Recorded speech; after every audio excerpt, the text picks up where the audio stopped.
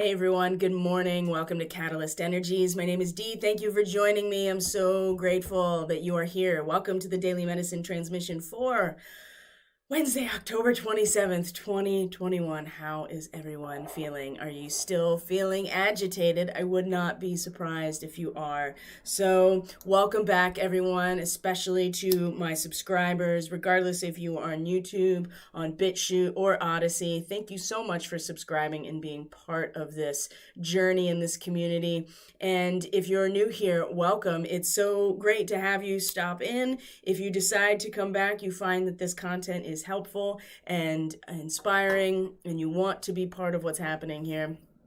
For the sake of your own awakening process and your own spiritual development, then you can hit that subscribe button, you can hit that like button, you can comment on the content, or you can share it, and it actually all impacts the algorithm that supports this work. And if you want to financially support this work, you can go to the link for Subscribe Star in the description box below and click that, and it'll take you to my Subscribe Star page. And right now, the only tier that I have is for $3 a month. I think considering all the content that I put out, I think it's worth $3 a month. And there'll soon be more tiers and more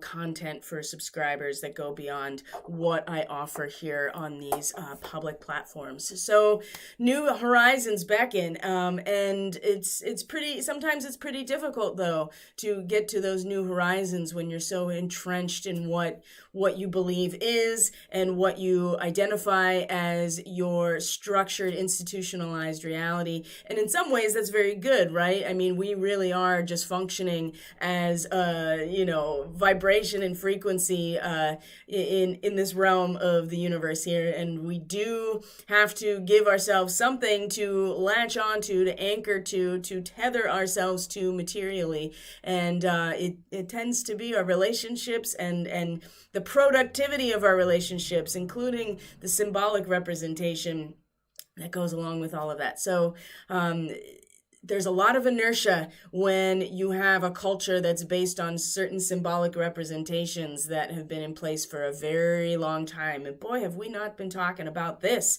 for a while. So I'm curious if anybody else feels like more of an alien than they have in a long time. It's like, it feels to me, at least this is my experience, I cannot speak for anybody else, but I'm curious how people are feeling. It feels like I've shed like multiple layers of skin to the point where it's a completely new, it's a completely updated or upgraded version of that skin that I'm still getting used to. So things that you take for granted, like motor skills and hand-eye coordination and things like that, are really it's like being in a new body and learning all of the ways that it's supposed to function, and in very detail and fine motor skills. These things are seeming to go out the window right now for me, while the expansiveness of insight and knowledge and just information and experience is coming in very large waves. Now, there is a lot of anxiety, and I feel like it's continuing to impact us, and we're going to look at what that is, because there is, and we'll go back to the Schumann resonance. I think it's really important that we understand all of the different things that function in a wave, right? Electromagnetism, light, sound, all of these things function in a wave function, right? They move in a wave function. I think it's important to understand all of these things, especially from a larger global level, like the planet itself or the sun in solar system, and even our relationship to the galaxy in general. It's all very important. So we're going to look at that, because it's not so much that the Schumann certainly has been active after not being very active for a while. It certainly has an impact on us, but I would argue that it's much more of the solar weather that's actually impacting us, and that we and the Earth are going through it together simultaneously as one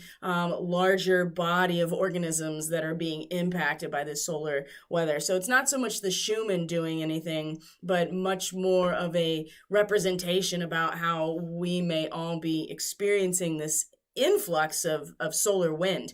And I'm going to show you some actual evidence and some studies. There is a body of evidence now that's being collected, and I talked about this yesterday, that has a connection to the physiological functions and certainly in animals, the migratory patterns, but the solar weather in particular is now being studied as having an impact on humans with in certain ways, in certain systems of the body, certain organ systems, certain physiological features. So we're going to look at that too, because it'll help, I think, explain the agitation. Now, we still have the moon in Cancer, which is going to be here.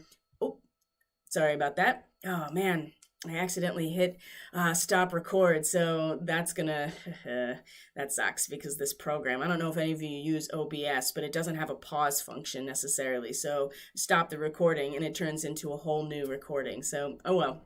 It is what it is. You'll get the full experience on YouTube if that's where you end up listening to this later when it's not streaming. So anyway, where was I? I got so distracted. I wanted to go out of studio mode. Okay, so we're going to talk about the Schumann, of course, the solar weather. I'm going to show you the evidence that's making a connection, why the anxiety may be heightened. Oh, and the moon is still in Cancer, going to be in Cancer all day. We'll make its last connection in Cancer to Mars at the very last degree of Libra tonight into tomorrow. And then the moon will be in Libra, or Leo. And tomorrow, the moon in Leo. Talk about solar activity, right? I mean, Leo is the sign of the sun, our sun. It is the sign of each of our individual suns shining forward. We're each the center of our own solar system from an individual perspective. And so Leo represents the experience of being the center of our own solar system. And there's a tendency when we are strong in our Leo, and if you are a strong Leo person, that you tend to literally be the brightest thing in the room and have everything gravitate towards you. That's very interesting. Gravity travels in a wave as well. So lots of things. We have to understand the mechanisms of wave functions in order to really understand our place in this universe. Anyway, the moon is in Cancer, moving into Leo tomorrow, and we'll have our third quarter square of the sun and moon, right? So after we had our illuminating full moon, this third quarter square is our crisis in consciousness. And we'll get into a little bit about what to expect of that today, and then tomorrow with the transmission, it'll really pull it all together in terms of all of the different experiences that we're having, right? Coalescing, and what goes on outside of us, in the world outside of us, and how that all fits together. Because these are fixed points in time, but our journey to these fixed points in time is really up to us and our own free will. And in fact, that's a very big part of today's message, is the journey that we are being invited to go on, right? For the new horizons that beckon, but how difficult it really is to let go of these perceived, realities. And it's a really strong, I've been having these conversations, these side conversations a lot lately, and this is where I'm at as well, is that it's actually, it seems to me that the best course of action right this moment is to be willing to run the simulation on every possibility if you can, and to not accept what you see as reality, right? Because if it's being presented to us in some form, like social media posts or any type of the mainstream, it's already, this has been planned, it's being curated. And even if it tends to confirm your own bias, right? It's important to realize that, because just because people or groups of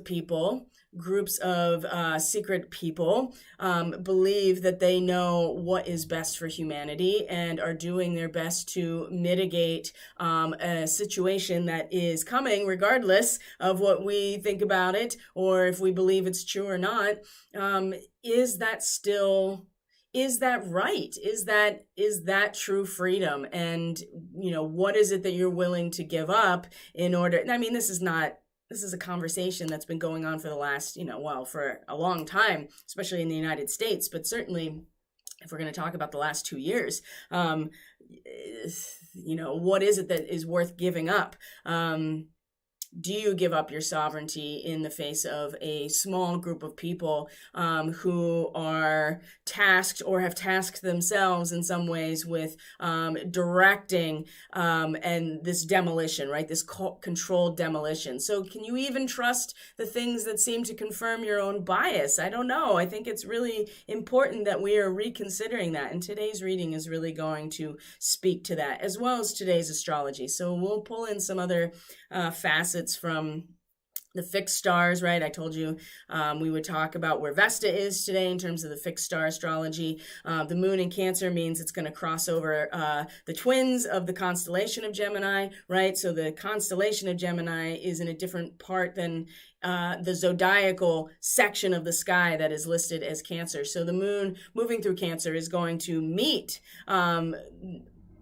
Castor and Pollux, right? The twins, the Gemini twins in the head of both of them as it transits through Cancer. So we'll talk about specifically Castor today because of its relationship to where Vesta is and what all of these things really mean. So let's take a look at some of the science here and see what's going on here. So I'm going to first pull up, well, there's the Castor and Pollux. That's interesting. As of yesterday evening, I felt a very positive shift, like some weight off the shoulders.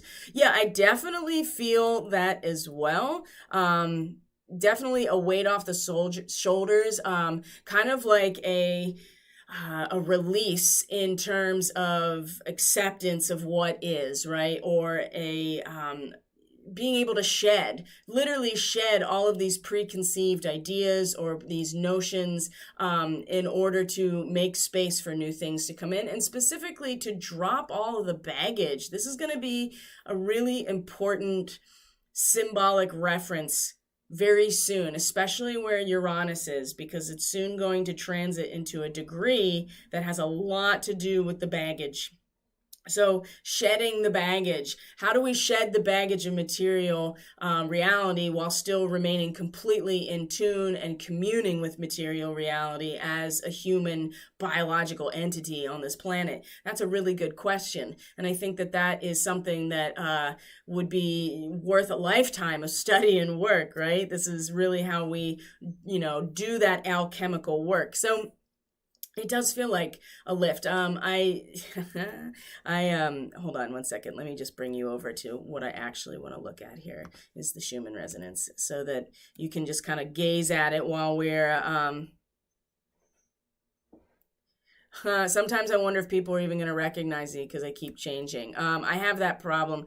I have the opposite problem, to be perfectly honest, where I don't recognize anybody anymore. So where are we at here? Early this morning, late last night, I kept getting woken up. My cat even woke me up at like 3:30, so I know that something was going on, just like, and getting a lot of information kind of dumped in, but also not having any way to really understand it at that moment or process it. But it was really powerful, and I do feel like, the solar flare energy keeps coming in. It's not abating anytime soon, and in fact, I think it's going to get even more so over the next day. So I don't know what exactly is happening, but it feels like something important is happening. So the idea of lifting weight, I think, is very references also to like the shedding of this skin finally, of just like, you know what I mean? Like, you can just let it go, like you don't have to be so like hyper fixated on what seems to be happening, because there's a really good chance that all of it is just curated. Like, there's actually nothing other than our own experience in the present moment with the world directly in front of us that's real, right? Everything else seems to be curated. So here we go. No, that's not what I wanted, but I do want to minimize this. So the first thing we're going to look at here is, in fact, the Schumann. It's important that we understand what we're looking at. Even if we don't know everything about it, it's important that we at least try to understand it and make these connections. And, science isn't all bad, because science is just a methodology. That's it. It's just a methodology. It's not something you believe in or that you trust. It's a process that you utilize to observe the objective world. So we're looking at the 27th. So we saw, late last night, early into this morning, we saw this big jump again in the amplitude, and we've talked a lot about amplitude.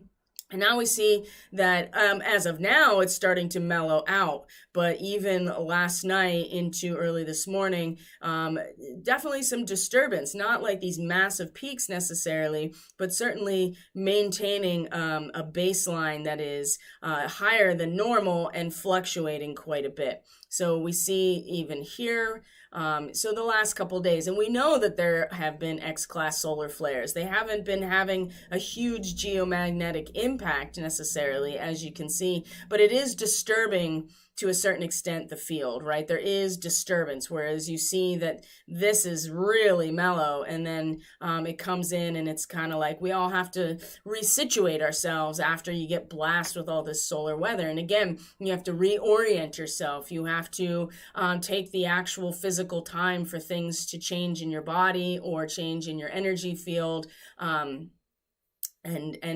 and find your baseline again after everything is like knocked off of center. So we see that with the earth too, and I feel like that's what's really reflected here. And if we move down to the quality, we can see that the quality is mellow and had that same thing. There was a big peak, and then it just kind of, and of course the red has got the most activity up and down and all over the place when it comes to the quality. So that's very interesting. So that's being more active too, whereas the rest of this seems to be kind of hovering around a very specific baseline and not going too much outside of it.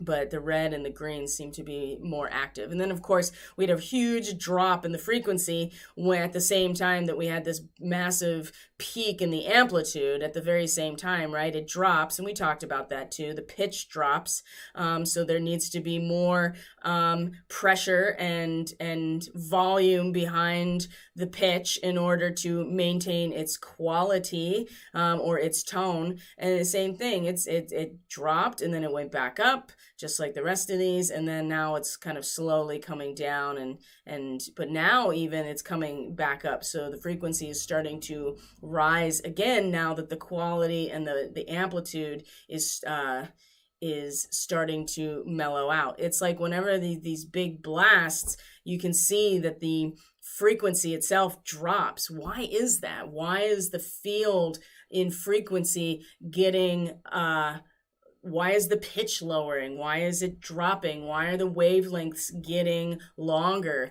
Could it be that it helps balance everything out when we are introduced with new stimulation from solar weather or seismic activity? Is it, I don't know. I'm really just asking questions. I want to see what people have to say about it. And if there's any research out there that suggests why this would happen. So, but again, understanding vibration and frequency is really important to being able to even ask and then brainstorm answers to these questions to discover, right? So, But what I want to show you is actually a lot to do with the solar weather. So let's look at this real quick. And I'm going to show you, this is a research paper that was released on, oh, look at that, the full moon, October 20th.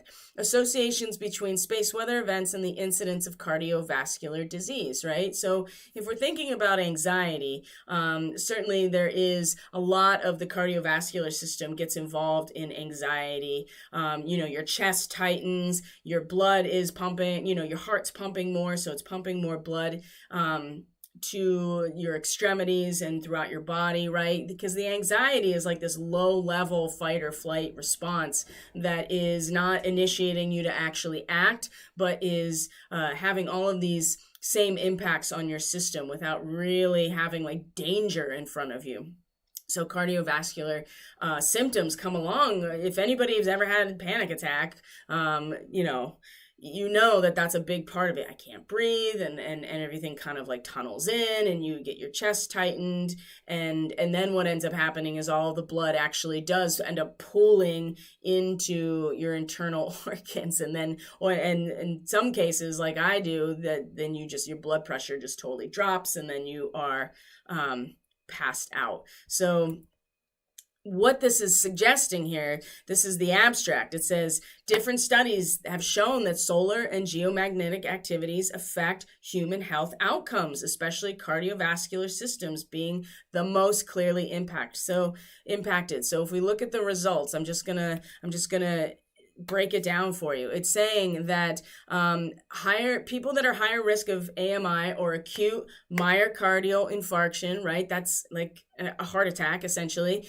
were related to the period of 3 days. Oh, there's that 3 days before, a day after, and a stronger effect was observed during, spring and autumn. That seems to be right now.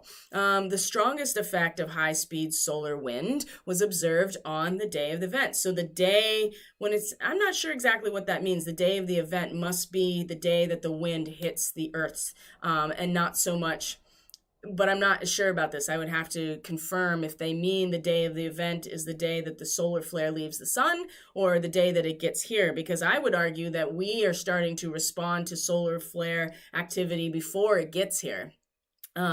Which would be that period of 3 days before a geomagnetic storm. Okay, there you go. Geomagnetic storm. And so there hasn't been a lot of geomagnetic storm necessarily with this solar flare. It's having an impact, but a storm would suggest that there have been auroras and things, and there kind of is, but not really. It's been pretty mellow for the most part.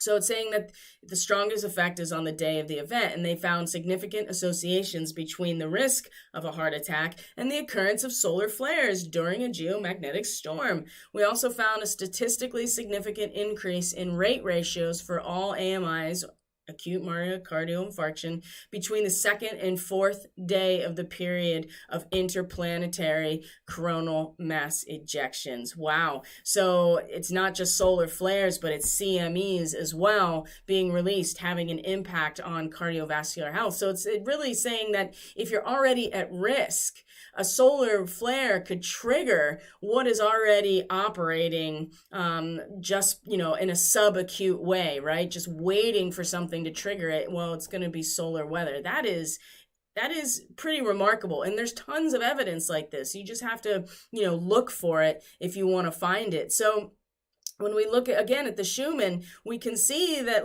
the amplitude, like I said, has been, it's like it's readjusting itself in this moment after these really big, or these sizable solar flares that are coming. And the sun is very still active. It kind of woke up in the last week. And now it's having this impact on us. So anxiety, agitation, all of these things I think are coming from these solar flares having an impact on us physiologically, and we find ourselves mirrored or even in sync a lot of times with the Schumann resonance. So it's not so much the Schumann that's causing all of these, symptoms. It's showing that the earth is also this looks like agitation. If you just look at it, you're just like, it looks like agitation. The earth is agitated. And the field is agitated. Let's put it that way. The field is agitated, just like our field is agitated. So again, it reinforces how absolutely important it is that we are focusing on energy medicine, right? That we are focusing on the modalities that allow us to bolster and strengthen our own field or aura or Merkaba, however you want to identify it. It doesn't really matter, but these types of modalities and practices are really important to bolster our own field. And even though it's agitated, right, we can identify that it's agitated and not identify with the agitation. Oh, that's interesting. Again, how do we function in a physical, biological suit like we are now, but also not identify completely with the biological suit, or in this case, the agitation, and just identify it for what it is. That way, something that is deeper and transcendent and infinite within us, right? Our soul, for instance, that has a really strong connection to our magnetic field, our electromagnetic field, our aura. These things are not interchangeable, but there's much more of a, our innate has a much more direct connection to our field than our conscious ego mind, for instance, which is way more connected to the meat suit, right? Is our survival instinct. And if we're going to be in physical form, we need that to a certain extent in order to survive. So a lot of interesting questions here, and certainly a lot of interesting insight that's coming through. So I do feel the agitation still, and I feel like it's just a matter of getting used to it. Now, there's something, just because you're uncomfortable or your body's in pain or you're having these symptoms isn't necessarily a reflection that it's not natural, right? It's just like going through puberty. It's a completely natural process, but boy, is it hellish, right? And the best example of that in a very condensed way is if you're familiar with Star Trek and you're very familiar with the concept of the pon farr, right? This is totally nerdy, but how the Vulcan species, they go through their puberty every 7 years, and that is when they mate, and it's hellish, right? They descend into this like completely aggressive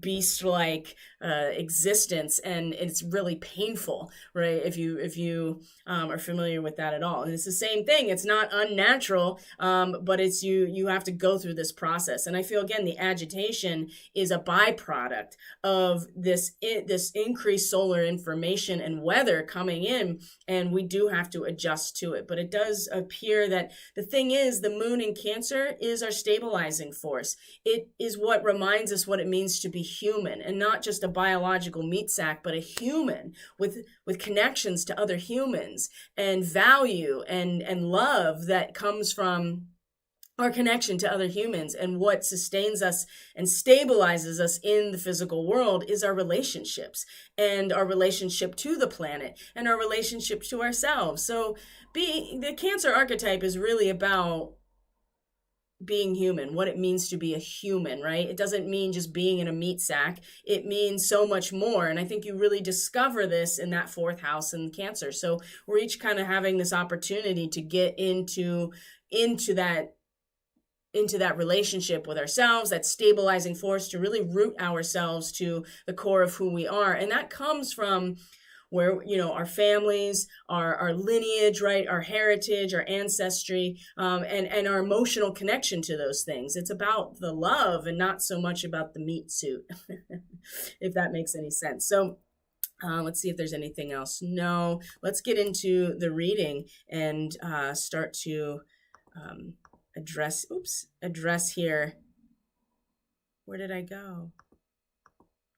Sorry, guys. Every time. I need a professional to do this for me. Okay. Nope. There's the reading. Jeez.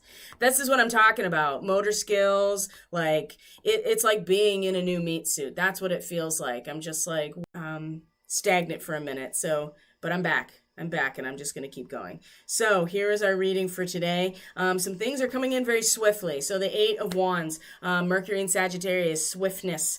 Swiftness is, I think that there is a lot of sudden realizations that are coming into our awareness. The idea that a solution is already there and it's just a matter of interfacing with it is a big part of this as well. This is like remote viewing comes to mind with this type of energy. And of course, the light that comes in from these solar flares is another part of this as well. And the progression of ideas, there's motion, there's changing, there's development, and there's the need for decisive action in a very high speed. So this is where we're coming from in terms of, there we go. In terms of this causal factor. So have you been feeling like a lot of swift activity? Have you been feeling the increase? I mean, look at, just looking at this card, you see all of the lightning bolts from the center of this diamond, or the top of the pyramid, for instance. Oh man, shooting off into all directions, 8 different directions actually. Then you have the rainbow, that is the visible spectrum of light, and broken up into each its corresponding corresponding wavelengths, represented by the colors that we see. So if you see this instead of a diamond as the top of the pyramid and all this energy going off in these 8 directions, new beginnings, right, of the 8, or the divine intervention in some ways. It does feel like things are coming in hot, right? They're coming in fast, they're coming in hot, and they've always been there. And it's just a matter of being open to them. But there's a sense here of really being present, and being willing to move quickly, or certainly move as quickly as this information is coming. Mercury is at its detriment in Sagittarius, and this is what this card, Mercury in Sagittarius, is in the second decan of our, first decan, the first 10 degrees of Sagittarius, which is where the South Node is, by the way. Mercury's at its detriment in this position. So Mercury wants to move swiftly, and it wants to move swiftly within the range of all possibilities and all ideas and all, the elements to discover, right? It's discovery and exploration with Mercury and Gemini, but this is giving a direction. It may be a multifaceted direction, and it's very swift, but there's action that needs to go behind it, because we're talking about Sagittarius. It's fire, it's mutable fire. So we can stoke that fire when it's necessary, but it burns, it burns quickly and it erupts quickly, and we have to be ready in our own minds for that and be ready to act. And part of the way to deal with this, I think, and to really successfully harness this energy is to realize that it's always been there. It's just a matter of us connecting to it from a mental perspective. So things are moving quickly, I feel like, in terms of our action and our minds in regard to that action, coming into this moment here. And it can be all kinds of realizations, a progression of movement. And I do feel like that it is an amping up of information, especially with these solar flares coming in. The light is information, and because it travels in a wave function. And so when we find ourselves here at the heart of the moment, the 6 of Cups, the pleasure, the sun is in Scorpio. Now this card has come up a few times recently. It represents how we reconcile and really learn to appreciate the depth of our feeling after a very painful disappointment that comes with the 5 of Cups, for instance. Remember, the 5 is like this bell curve, this opposite bell curve. So the bottom of the bell, right? And coming back up. And so the 6 of Roses represents the learned and accepted painful lesson of disappointment, right? And reconciles the opposites in a very harmonious way. And we return to an inner source of feeling and a sense of harmony as a result of what we have learned. And so this is very deep emotions having passed through the depths of pain.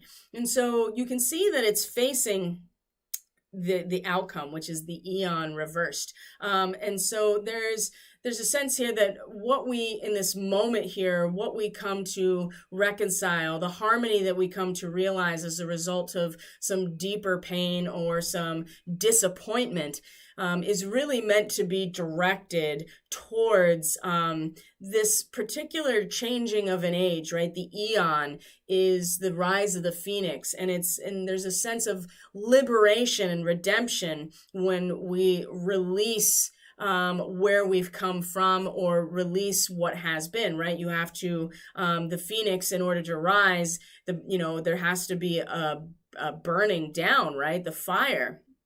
So what's coming in is very swift. It requires us to act on it very decisively. It requires us to identify that there's progression and swift progression and movement and change. And in the heart here, with a sun in Scorpio right now, by the way, is and the moon in Cancer, right? Neptune in Pisces. There's a lot of water energy right now.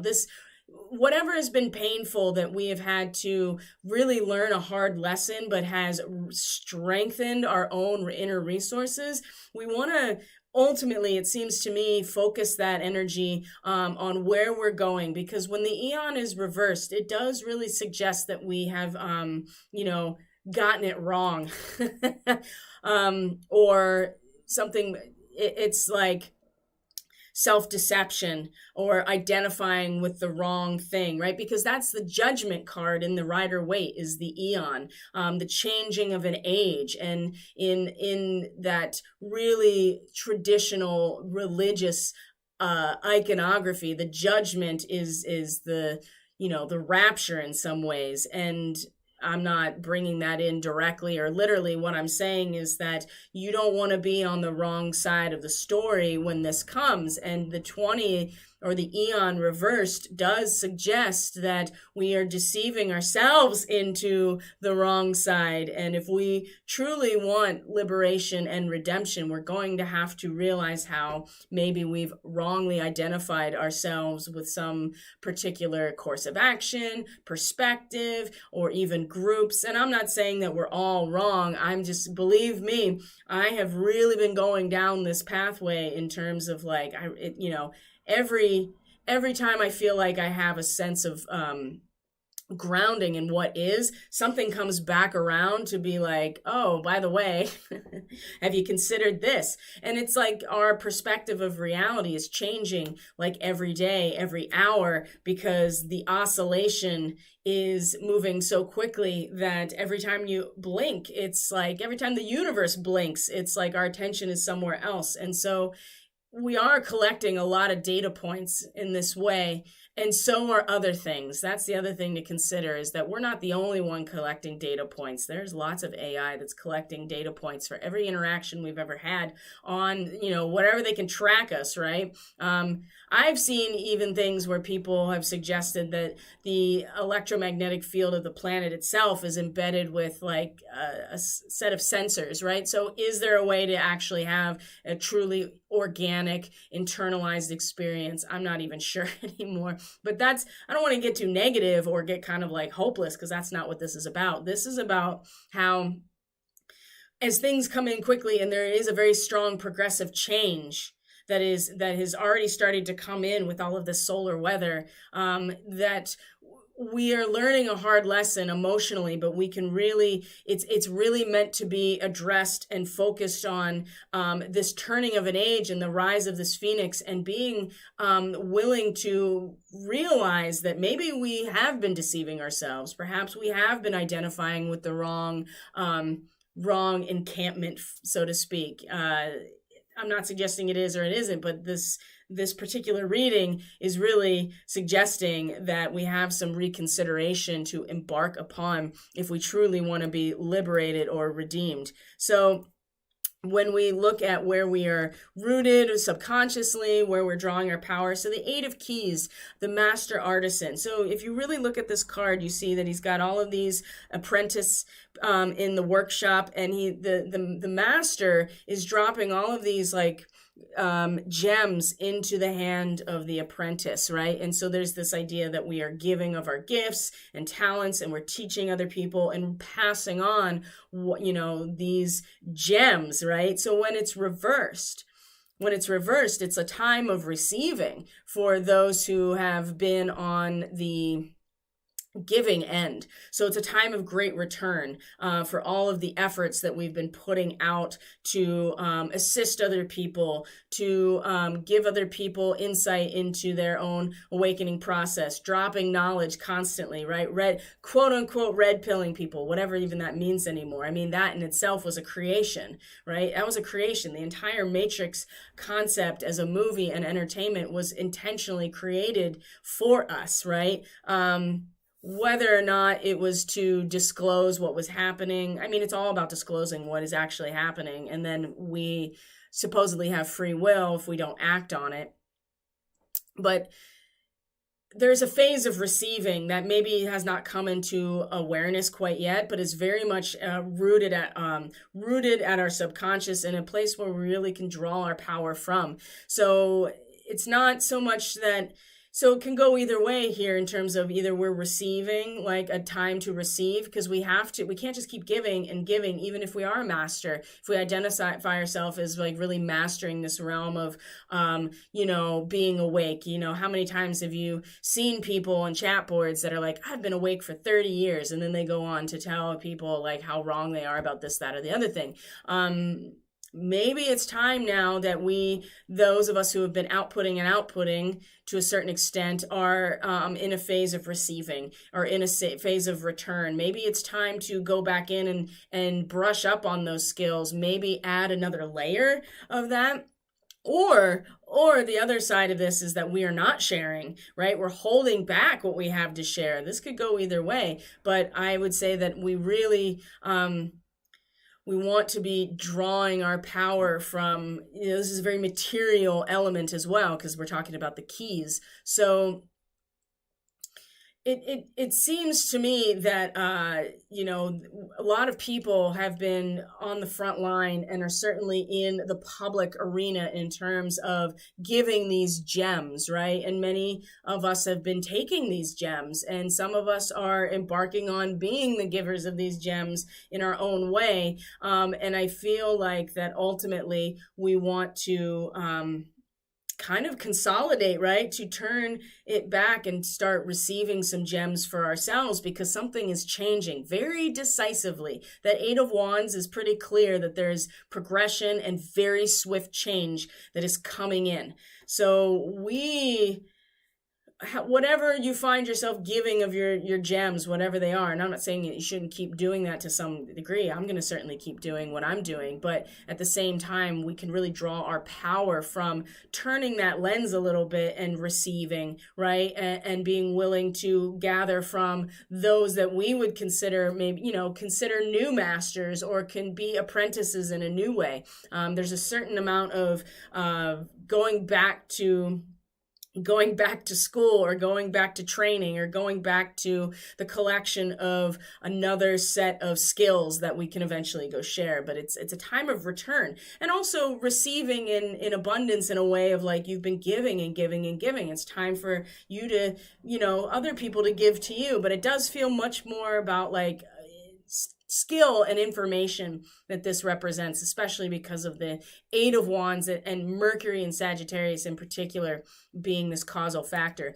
So when it comes to the way that we are expressing this energy, where our attention is, Ascended Master Hilarion. Now the veil is thin, right? I mean, we're in Scorpio time. We're getting pretty close to Halloween. So, I mean, we're surrounded. I don't know about you, but it's like constant, the shadow people and the Fae realm, and like, they're just everywhere. And I'm always seeing them and hearing them, and it's and the ancestors are starting to come through a lot stronger right now. So this represents that we're certainly taken care of. And this is where Mars really was. It's moved past this point now, but this again was the full moon, the sun at the full moon, that we're surrounded by our community, either physical or non-physical. We're surrounded by all life as a community, and so we're never truly alone. But the other side of that is that we are never truly alone. So everything that we do, say, act on, impacts that field and that social context directly. There's no getting away from that. As much as we would like to put our heads in the sand and be like, I am an island to myself, it's never going to be that way as long as we're here in this particular form. So Hilarion also reversed, right? Again, there's a lot of reversals, but not as many as yesterday. So I do feel like had Alex K had talked about how there was a sense of something lifting. And I do feel like that what lifted was really just like we got way more grounded and way more stabilized. And that way we were not as impacted by the influx of information and disturbances, and so it feels like it's just bouncing back off of us. So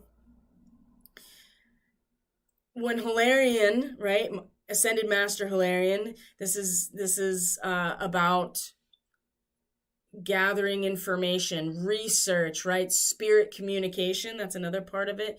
Logical excursions. When it's reversed like this, it's really focusing on the fact that we've lost focus, that we're illogical about an issue, confused because we're deceiving ourselves about something. Wow, that seems to be, and these are not necessarily all my words either. Like, I take notes based on my resources when it comes to all of these symbols. And so the fact that they are kind of coming together with these specific references, I think, is interesting. Confused because you're deceiving ourselves about something, right? Maybe we think something is, we've really kind of decided to die on that hill, and we're coming to realize that maybe that hill didn't even exist, or somebody made us, somebody made that hill specifically so we would go to it. It's time to be honest with ourselves and bring our logical mind back into focus, right? And you can't do that when you're constantly bombarded and you are agitated, right? So another good reason to get ourselves stabilized and strengthen in our field so that information comes in when we want it to come in, but then the rest can like bounce off. But this is really, we got to get ourselves back into focus. And so part of doing that is, again, maybe it's time to stop trying to red pill everybody and more about receiving some information, receiving some abundance, receiving some measure of a template that we can take with us into a next cycle. Because I feel like it's going to change really quickly. That's what it feels like, that something is brewing and getting us like ready for it. And then it'll be swift, it'll be quick, and we will have to contend with the holes in our own logic about what has been taking place and our role within it. So Hilarion reversed is really like, we have to get honest with ourselves, bring ourselves back into focus, and even acknowledge that maybe we are confused about something. I certainly have no problem admitting that I've been confused, and I continue to be confused. So, and of course, here is our eon, right? The rise of the phoenix, the turning over of an age, the fire. This is fire.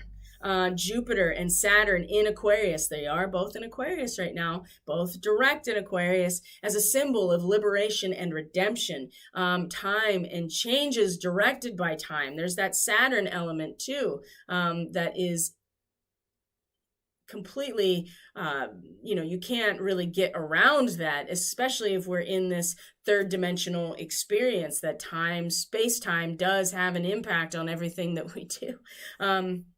And directed by time. And so this is the rise of the phoenix. This is upright. This is what this means. But in the reversal that we find it in, this is where we have been deceiving ourselves and identifying ourselves with the wrong faction or the wrong perspective, the wrong side of history, if you even want to call it that. Or maybe we've been identifying with all of the sides of history that have been created and given to us. Maybe that's something that we come to realize. The deception isn't so much we've been deceiving ourselves, although that is part of it, but it's been created to do that from the beginning, so that we aren't actually paying attention to what is happening and what it means to be here and what to expect. So I'm glad that people are. The agitation is important because and Barbara said this yesterday, it's important because it almost forces us to reorient ourselves and to become very real with ourselves about where the holes in our field are and what we need to do to shore them up, so that when we have a flip in perspective, it's, that we aren't completely destroyed, but then it's just like a whole new layer of reality that we hadn't considered before. And I think that is coming.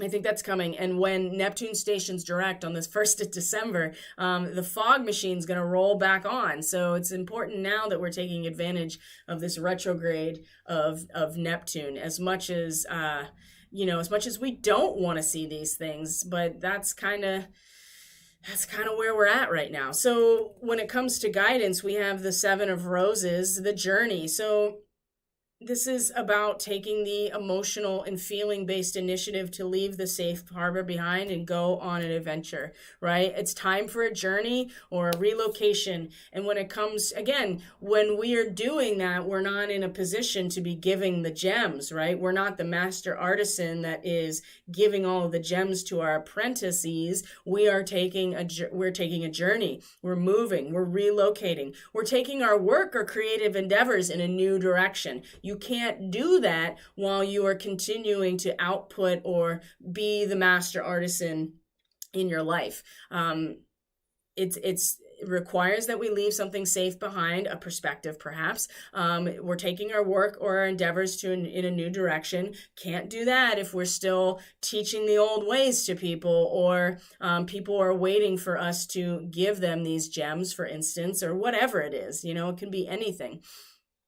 But it's really about time for a journey, an emotional journey, a feeling-based journey. And this is very much directed with a moon in Cancer, right? Because that's the boat. The Cancer is the boat, just like the crab shell protects the crab, which is what is really real, is the crab inside the shell. The shell is just the shell. The boat is the boat, and the people in the boat is really what is the life. So we have to be willing to let go of the shore, though, and take this journey. And when we have everything built up on a perspective that we really do believe is true, but we're starting to interact with, some information that's changing that very quickly. We have to be willing to let it go and be like, all right, well, what's the next step? Where's the next location? Where are we going next? It's like being on a cruise ship. You get off and you go explore, and then you get back on and you're taking a journey, right? And something that's coming up again is the tiger, right? And the tiger is saying you're being called upon to provide leadership, so trust that you're capable of doing so. Well, how does this work when we're talking about the master artisan being reversed, taking the journey? Well, I would say you're setting a prime example for other people. If you want to actually be in a position to give those gems, to be the master artisan, to teach and show people how to build for themselves, you have to show it by example and be willing to do the things that the Seven of Roses is indicating, right? It's time to take things to a new location. It's time to journey from what is a safe perspective, and to know that whatever your boat is the Cancerian nature that we are right now, each of us being rooted into, right? And becoming aware of. It's going to be pretty interesting to look at the astrology for today in reference to all of this, and what's coming forward. I think it's interesting. But the tiger, know when to hold them and know when to fold them, right? It's about effective leadership is not always acting. Sometimes you have to balance your action with your stillness, or you have to know when to act and when to listen. It's the yin and the yang, the interactive aspects that really provide for effective leadership. It's not always just acting. That is the misrepresentation of the divine masculine or Mars as any type of leader. It leads us in our own actualization, right? The Mars is the divine masculine, and strangely enough, may represent our actual origin story, the planet of Mars, right? And the fact that we are sandwiched between Mars and Venus, these two, the emperor and the empress coming together and creating the princess or whatever. That's very interesting. I just thought about that in terms of Mars and the divine masculine, what it means. But the effective leadership comes from the balance, right? It's not just one side or the other. So you have to know when to act and then when to listen, and set an example for people, or yourself, or just anybody around you in terms of providing this leadership. Now, when it comes to Hilarion, it's important that we don't take things too seriously. I mean, really, keep your sense of humor and don't take things too seriously. One of the things that I do is that when my partner comes home from work, before we split off into, various domestic projects or whatever else is going on, we take some time to sit down and watch these really silly, inane videos that are, just memes and stuff. And memes are important for they are a language, right? But it's about laughing, right? And just laughing at these silly things and laughing at life and not taking it all too seriously. So even with Hilarion, it is like, okay, we have to get ourselves back into focus. We're confused and we need to be honest with ourselves and really kind of, hone that mental perspective. But even so, even if you are confused and you're like, I don't know what's going on. I know I'm surrounded surrounded by all of these like shadows and images of the past, and I know that I can look for these things. And but at the same time, like, it's important that we take it, we laugh, and that we use humor to decondition ourselves. That's another thing too. Using humor to decondition yourself is a great tool. And that's very much part of the Cancerian archetype too, actually. Is because when you're stable in your self-esteem and who you actually are as a human, and your relationships and bonds with each other are very strong, then you can use humor to decondition your mind to flush out what's been placed there or programmed there. That's important. So the Roadrunner is just like, it's okay. Don't take it too seriously. Be willing to have some sense of humor about things. Because we are on track, right? Here it is, the One of Scrolls, on track in our minds.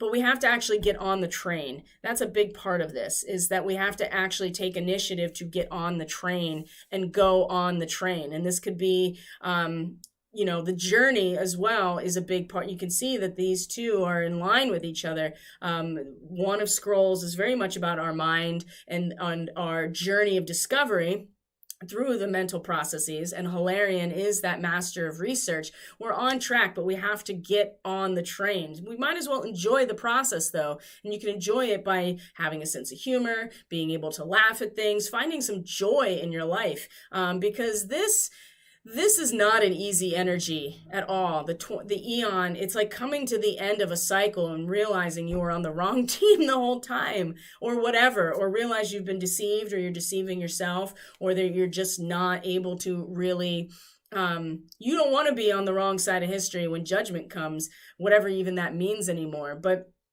we're in a position now where we're really being supported, really being supported in taking in new information and letting and integrating it and allowing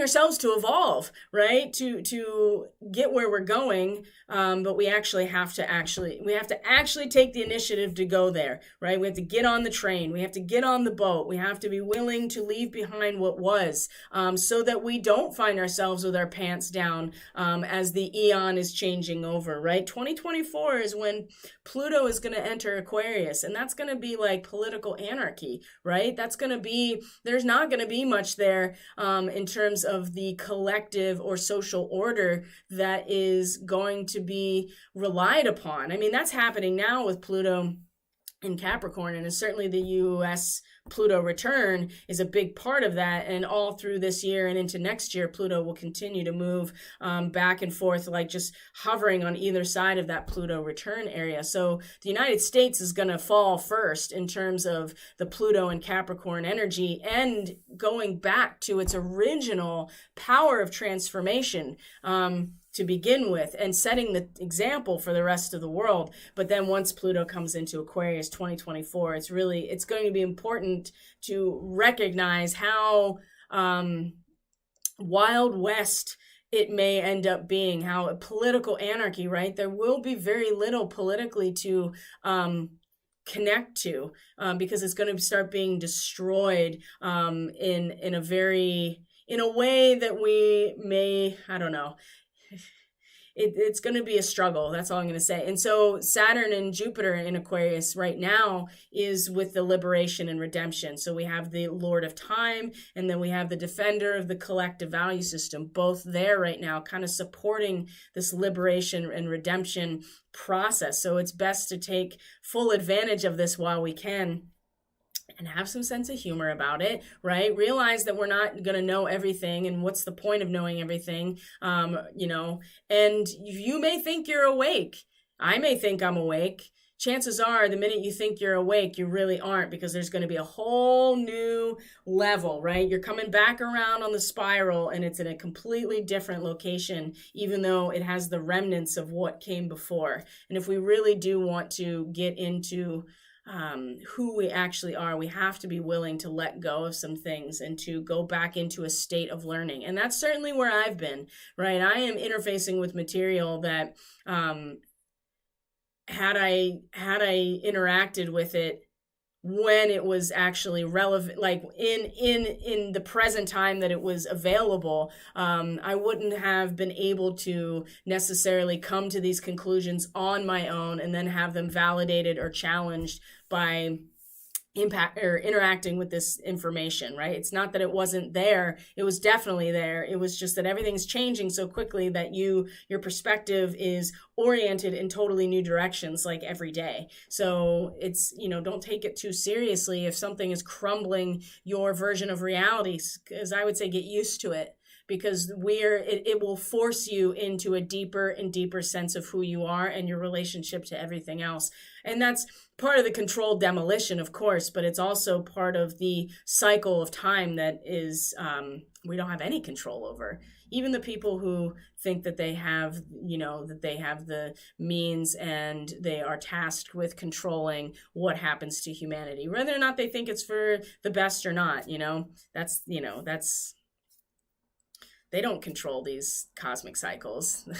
That's, what I mean? Like, they don't control that. They don't control where Pluto is. All they do is control our perspective. And once they don't have control over that, then there is total political anarchy, isn't there? Because then everybody is really trying to define who they are within a social framework that actually has no definition anymore. So 2024 to 2028 is going to be a very interesting time. That's all I'm going to say about that for now. So let's look at the astrology. Speaking of time and cycles, that's important for us to look at, isn't it? All right, so there's Castor and Pollock again. I'm going to look back. We're going to go to the chart here first. Now, I did tell you that we were going to talk about Zubin Escamali. That's really important, especially today with the with where the moon meeting Vesta as well today. So that's important. So you see, this is the 27th. This is our chart for the 27th. I'm going to do this here. Ba-bam. All right, guys. I'm going to exit out of here. Yeah, I'm curious how people are actually feeling, and thank you for participating and giving your feedback, because it's good to be able to, that's the thing, when the more we talk to each other, the more that it has the opportunity to also grow and evolve and change. So here's our current chart. I want to go back a little bit because the first thing we want to look at is the fact that the moon was in a very strong square with Mercury early this morning, right about the time that I got woken up, actually, if you can believe that. The cat's like standing on me at 3:30, like wanting me to pet him at 3:30 in the morning, which is not something that he usually does. I mean, he usually wakes me up at like 5:30 because he wants to eat, but at 3:30 he was just like, touch me, pet me, give me attention. And I'm like, what is going on? And in the back of, what's in my mind as I'm waking up out of sleep to the cat is just the word Neptune over and over. And I'm like, what is going on? And of course, the moon came into a trine with Neptune, a couple hours after that. And of course, any kind of moon connecting to Neptune with the water signs involved, I mean, this is getting well into the realms of the subconscious and the the dream state, right? The very strong dream state. So first we had the moon in a square to Mercury this morning. And Mercury in, it's actually, if you go back a little bit further, they're both in this 15 to 16 degree range. And Mercury and our mental faculties, we're looking, how do we, and this is exactly what I just talked about, how do we, from our mental perspective and in our mind, how do we make sure that we're still tethered to the land, right? How do we make sure that we're still part of the material reality, that we're plugged into ourselves, that we feel what's going on in our biological suits, but we also want to make sure that we haven't destroyed the link through that to the collective unconscious, to the ocean, to those dreamy, imaginative, inspired realms of the Akash, right? We get to look at and feel into what has been and what will be, right? This is where our psychic abilities and our ability to remote view through time and space is really part of the Pisces element. And it's the Cancerian realm that allows us to be fully rooted into being a human being, that then, so we are not compromised in our excursions out into the middle of the ocean, for instance. So Mercury, working with this, how do we make sure? Well, you got to make sure that the tether is repaired, because sometimes those storms come in, right? Solar storms, they come in, or the storms off the ocean. And I know that there was lots of storming on the West Coast over the weekend.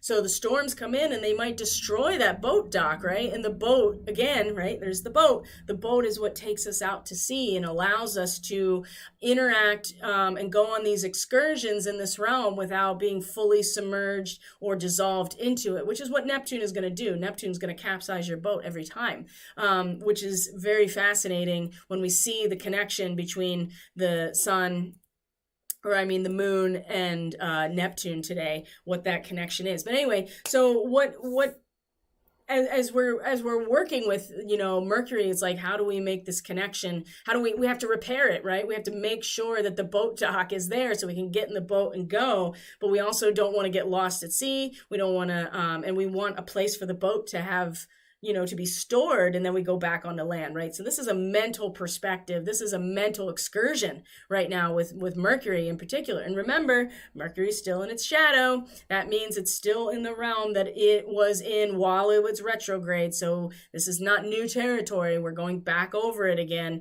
with new perspectives, new eyes, maybe a new mental framework. But in a square to the moon, right? The moon in Cancer, which is having each of us, studying very deep problems with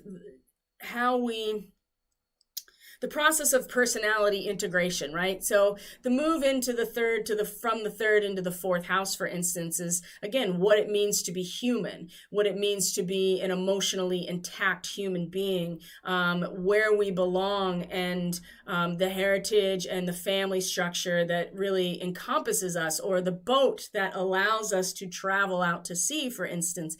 So as we are moving from the first half of Cancer, which is decision, right? It's when you raise that flag and you're like, this is the hill I'm going to die on, for instance. You just reorient your focus, right? This is where your root system really comes down. And then you come into the second half of Cancer, which is consolidation, right? You weave the lattice structure of your boat or your basket or the grail, whatever, and then you tighten it. That's where the consolidation comes in. It's like you make those structures stronger by consolidating your power and your energy, and consolidating your resources as well. Now, root systems in plants and trees, for instance, will grow and grow and grow. So, they will reach out as far as they need to in order to get what they need. But at the same time, you also consolidate by the roots pulling in what it needs, right? So while the roots were growing in that first point, or the first half of Cancer, the second half is like being able to utilize them. And that becomes even more important in Virgo time. But anyway, let's not get ahead of ourselves. We have a week or so before we have a moon in Virgo.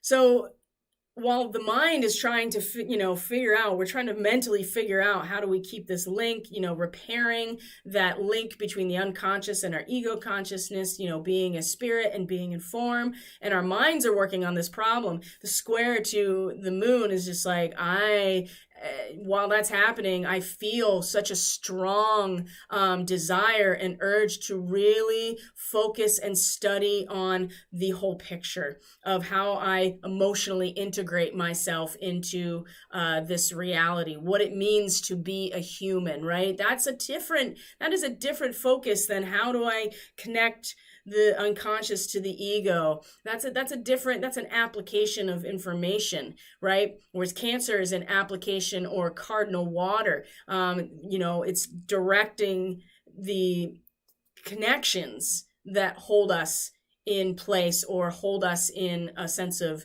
humanity or whatever. however you want to look at that, a deep concern with the problems raised by the process of personality integration. So these are different things. And so I think there's some confusion right there of like, well, what am I supposed to focus on? Well, with the square, just like all of them, you just lean into it and you're like, all right, well, these two are just going to meet like this, and I'm just going to have to like feel it out and see what I get from that situation. Now, the moon comes into a trine with asteroid Vesta. So this is where we start talking about Zubin Escamali.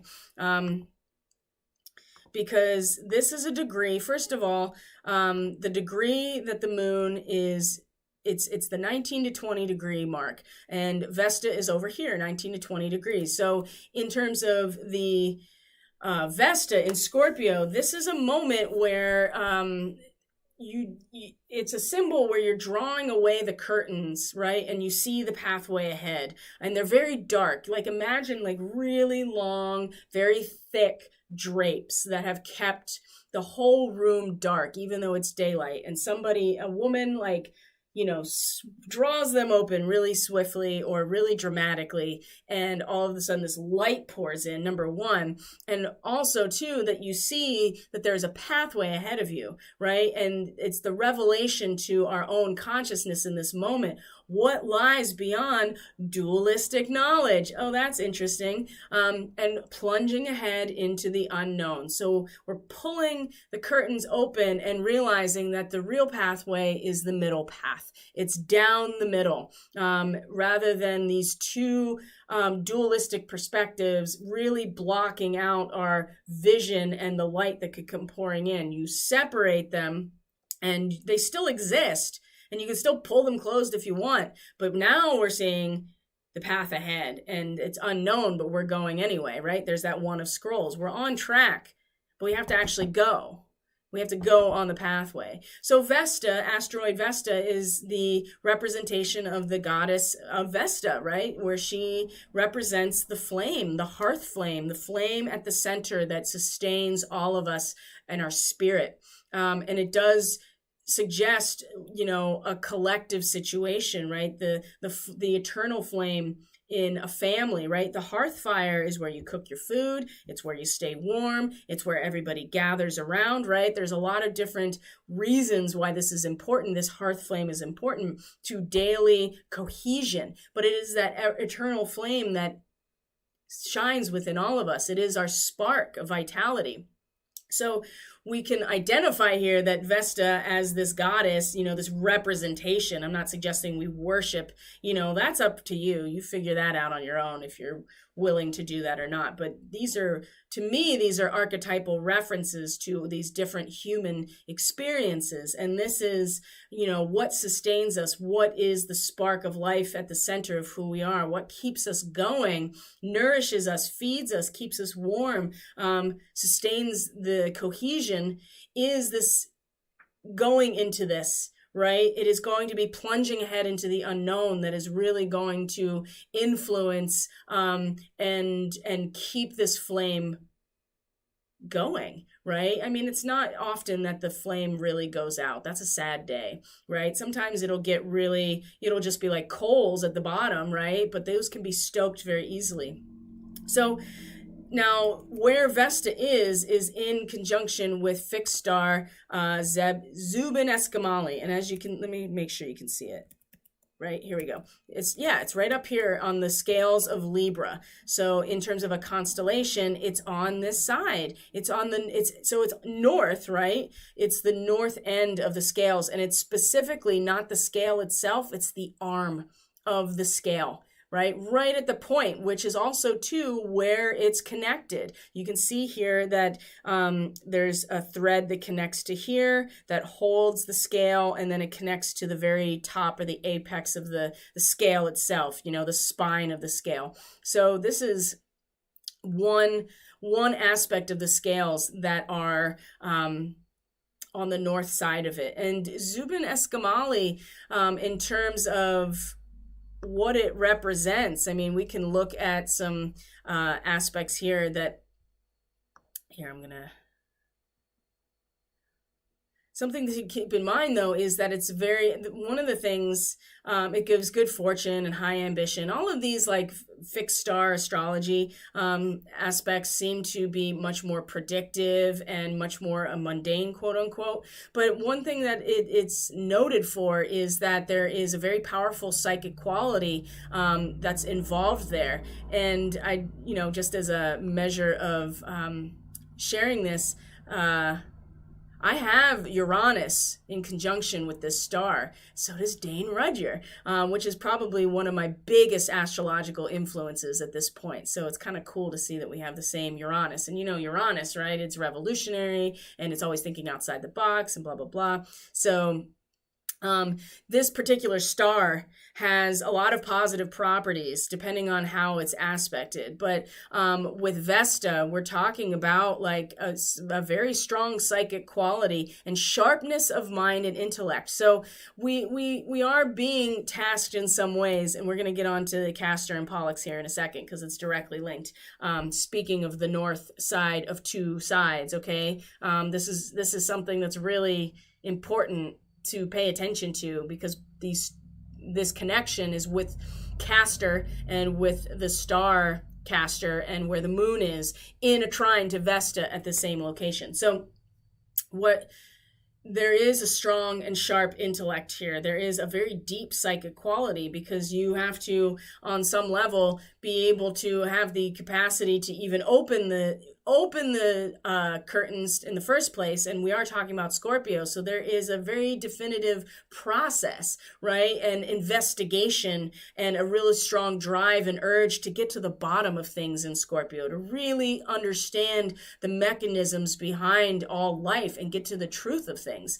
And that's where the productivity comes from, is the actual experience of that productivity is what Scorpio represents. So you have to be even willing to open the curtains to begin with.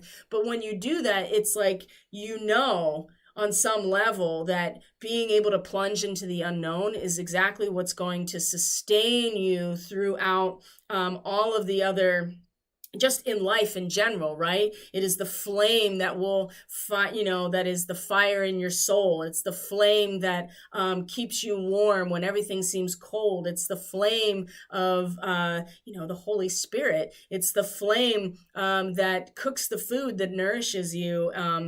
And there is a sense here with this connection that we have to be, the psychic ability is really connected much more to our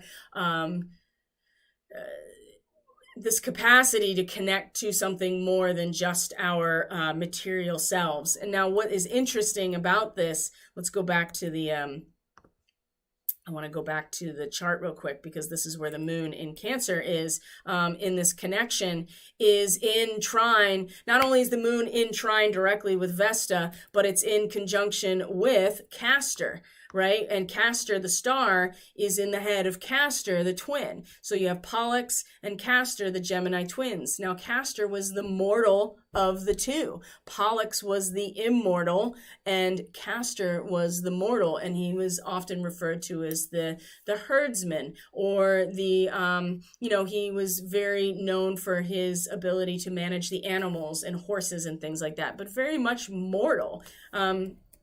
So the star is in the north twin, right? And their Vesta in conjunction with Zeb and Escamali is also in the north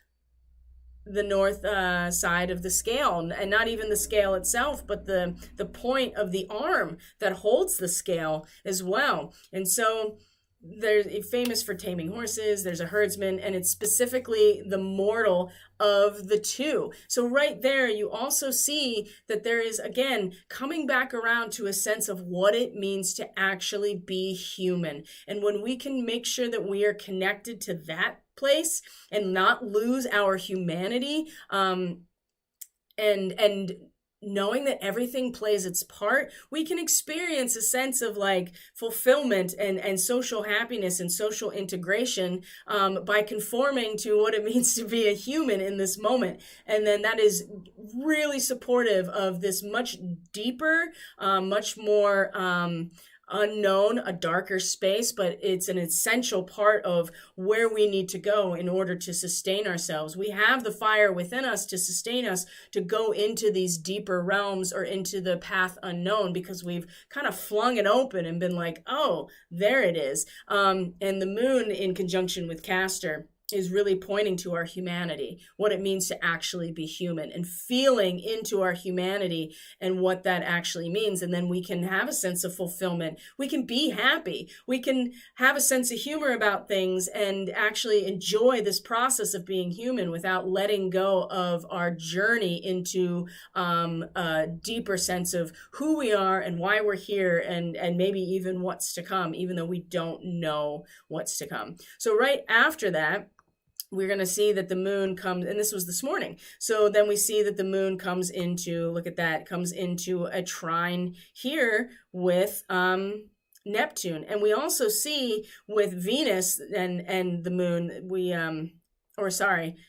Venus, the moon, and Jupiter, there's another yod, right? And we just, Venus is going to have her sextile with Jupiter by tomorrow. And so, but in this moment, this yod is really pointing down to, again, drawing down the moon, right? The moon in Cancer, where we are stabilized and rooted in who we are as a human. The human experience is definitively emotional, right? It has to do with our compassion and our empathy and our love for each other and our ability to connect to each other and support each other. So this trine to Neptune, this is, what can we give of ourselves? In a very very virtuous way, right? And virtuous not meaning like we're better or somehow more moral, but like our skills, right? Our practiced skill, right? Like a virtuoso in opera or piano or something, right? A famous singer, this is the Sabian symbol, a famous singer is proving herself during a performance. And so there's an individual performance that we engage in on an emotional level, whatever it is, whatever our role is to play, which was directly related to Castor. What is our human role to play? What is it that we are endowed with that allows us to not only perform, but also to receive something as the result of the performance, because it actually enhances everybody that we're connected to. And there is something here about this when it comes to Neptune, this trine to Neptune, where we have a very direct experience of the hope of what's to come. And maybe what this particular trine, I mean, it's very emotional, it's very feeling based, it's very intuitive, it's very dreamy, and it's like it's very strong, number one. And it's this idea that we each have a role to play, and we each have a role to play that we can offer up to as a human, right? That's what I'm trying to say. As a human, we have our role to play, and we can play that role to the best of our ability that will inspire other people, will speak to our relationships to each other. And I think that this is really, again, where we're going. Neptune retrograde in Pisces right now, it's really a very tactile and almost naive kind of like, it's all going to be okay. Like we're all heading towards a new beginning. And that new beginning is, especially when we're talking about Neptune ending Pisces, it is roughly about 2027, 2028 that Neptune will come into Aries. And Aries is the lamb. So there is, right in this moment, where just a very basic sensation of where it's all going in this moment that is kind of I keep saying naive and innocent, but it's very childlike, and it's very much with all of the baggage already released from it. It's just like, okay, I see that we're moving towards the new cycle now with Neptune, which is our cosmic consciousness. It is our spiritual consciousness. It is the collective unconscious, and it connects all of us together because it rules the experience of being all one consciousness. That is really what Pisces represents. All is one. That's, and we get to see things very clearly, even though they're not very obvious. There's a certain amount of we have to participate in the experience of knowing what's coming, right? But if we do so, we will be given some sort of tactile sensation of like, oh, here's the new world that's coming, the new earth that's coming. And our collective consciousness and our transcendental consciousness with Neptune is going to embark upon that and, dissolve everything down to just that come 2027, 2028.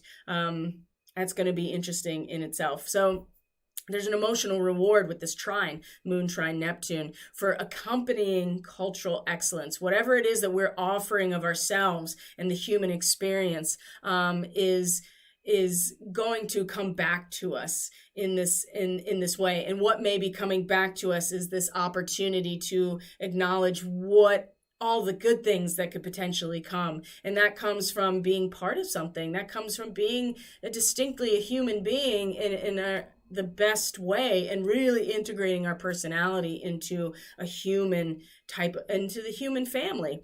Now, the moon is going to quincunx Venus and Jupiter. So there is that yod that I just talked about.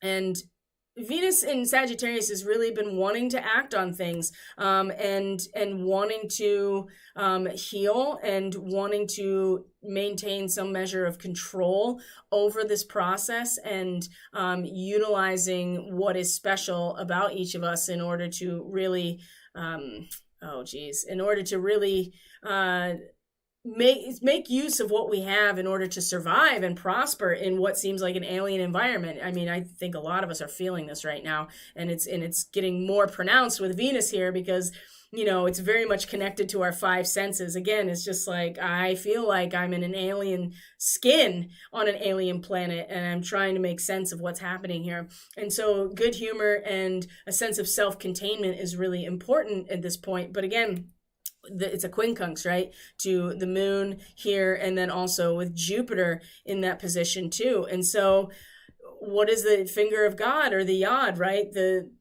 They're both providing opportunities to this one singular point of needing to adjust in that moment, to transmute those energies in that moment. And there's something here with Jupiter and Venus, right? They're both in distinctly masculine signs of Sagittarius and Aquarius, right? That are acting on things and outwardly expressive. And so a moon in Cancer is neither of those things, right? And it's just like waiting, right? Longing for the transcendent happiness, opening our soul to great dreams, and also at the same time, while we're being open to those great dreams, the other side of that is that you're open to what is wrong in the culture too, and being able to have a very objective and critical approach. That's the other side of it. Our soul is open to great dreams, and we're awaiting the arrival of the ship, for instance. There's that Seven of Journeys kind of, we're waiting for the boat to come in. And we also, as a result of being open to all of these new directions and possibilities, we also have this capacity to be very critical and objective about what's not working. And in fact, it's probably a big reason why we're trying to get on the boat in the first place, because you're like, yo, this isn't working. I feel, and I'm open to all of the great dreams and opportunities that are awaiting us. So they're both in quincunx with Venus and Jupiter, which, are both benefic planets. They drive us to seek out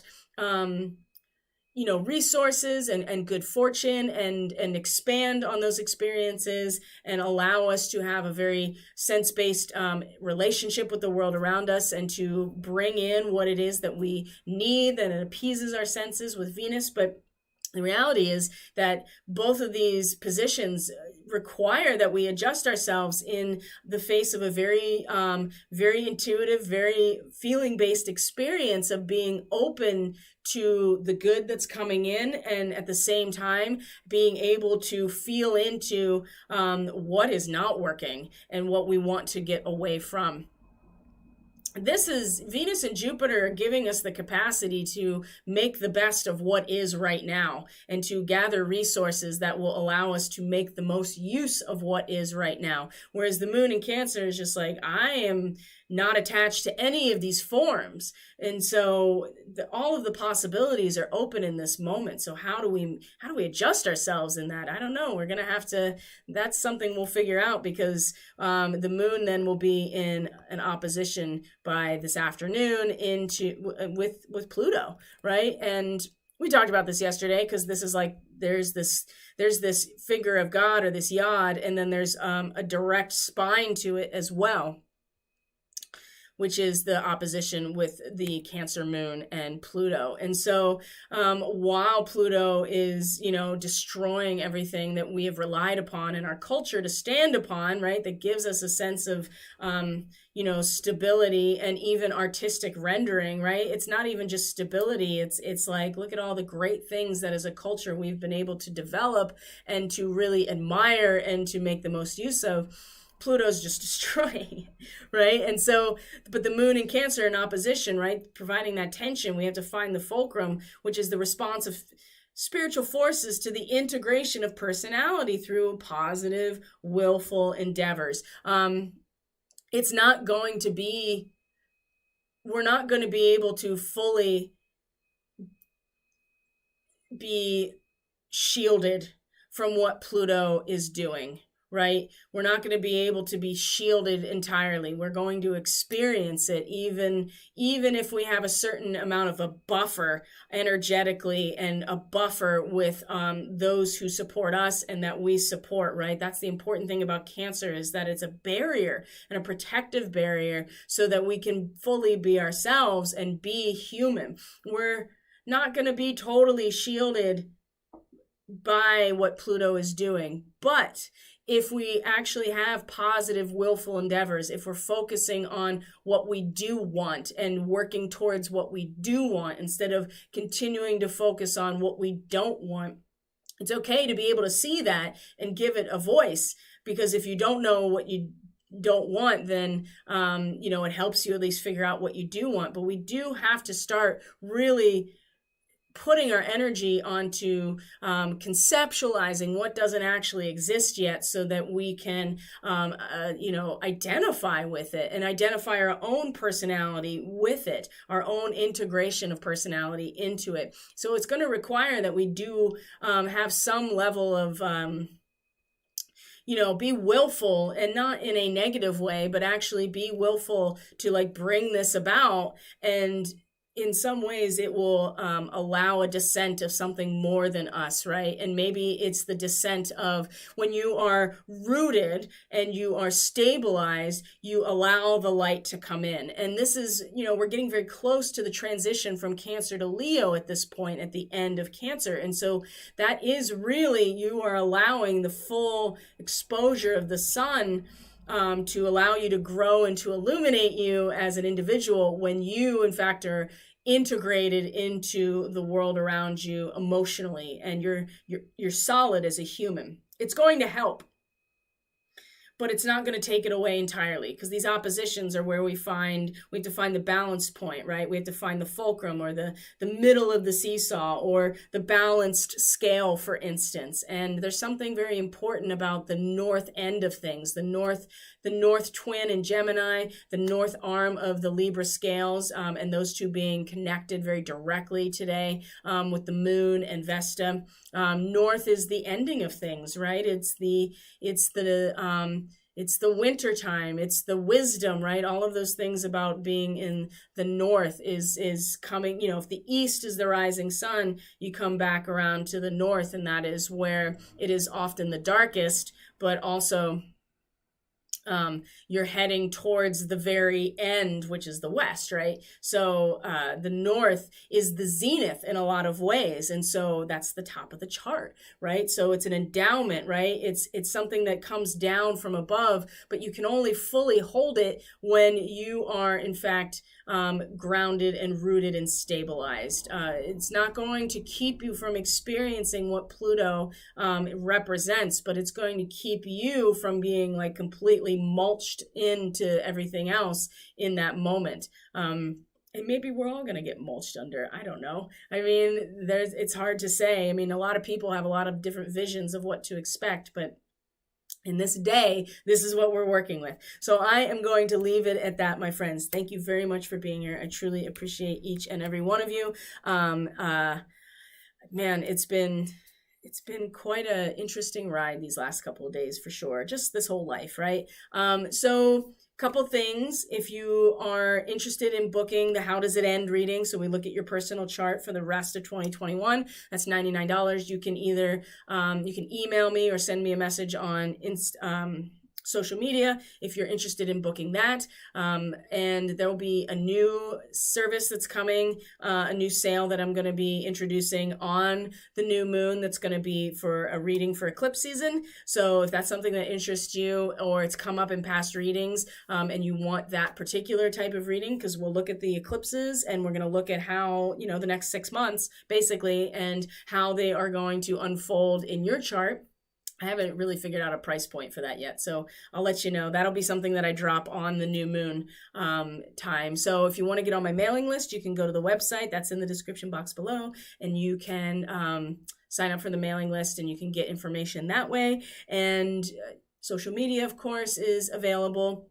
And yeah, we'll be together tomorrow, third quarter moon, squaring the sun, a Leo moon squaring a Scorpio sun, so a fixed square, fixed water, and fixed fire. That sounds like a recipe for some steam, doesn't it? And, you know, steam can really burn if you're not careful, but it also is very, very powerful.